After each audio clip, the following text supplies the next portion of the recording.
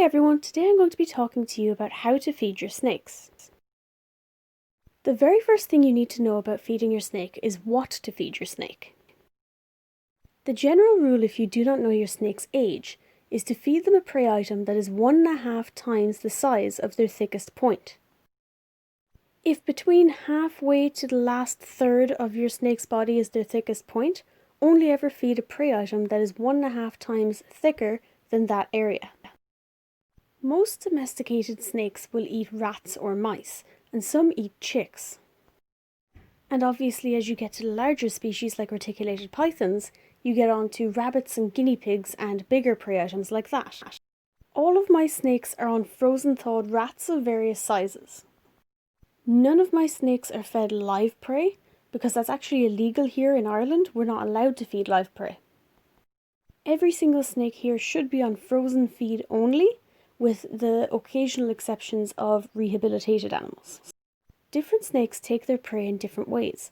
Quetzal here usually will take the rat straight away when I wiggle it in front of him, because he senses the movement.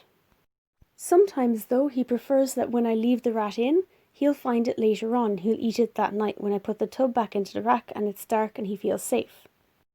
Try to always offer food around the natural feeding times of the species, so that they're more encouraged to eat.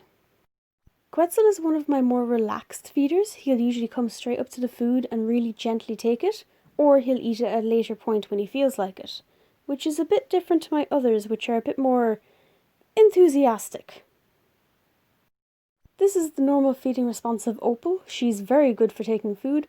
You just put it in, you don't need to wiggle it or anything, and she'll just clamp on, constrict it as if she's going to kill it, and she'll eat it herself. I usually feed Carol from above because of, well, obvious reasons. Pablo's really good for taking his food as well. I just leave it in front of him and I wiggle it around a bit, and then after a few seconds he'll clamp on himself and take it. All of the snakes I have are constrictors, so when they latch onto a prey item, they'll wrap around it to kill it, because in their minds it isn't dead yet, it's their natural response. So when my guys wrap around them, I leave them be and they'll eat them in their own time. Noodle will usually take his rats when I just put them in front of him like this. He's usually like Quetzal, he'll take them really gentle, but tonight he was a bit off his game. He struck out a few times, which actually startled me, which is why the camera went a bit haywire, but I didn't expect it because usually he just grabs it and he's so good with it. Usually Noodle is a lot better at hunting, but sometimes like Quetzal he prefers to have it left in with him.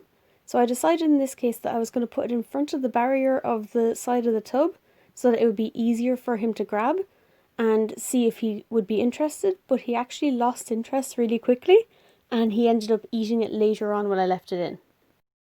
Make sure if you leave a prey item in with an animal overnight that you don't leave it in too long, especially if there's a heat source, because they can actually explode when they're under the heat and they smell so bad. A prey item that's left in too long as well will start to decompose and can get bacteria on it, which would be unhealthy for your animal if they decided to eat it at a later point. After you feed your snake, make sure not to handle them for 24 to 48 hours, because this helps with their digestion. If you handle them too soon after, they can actually regurgitate the entire meal and refuse to take another. So, especially if you've got a picky eater or a breed that's very well known for being picky, you don't want to risk it.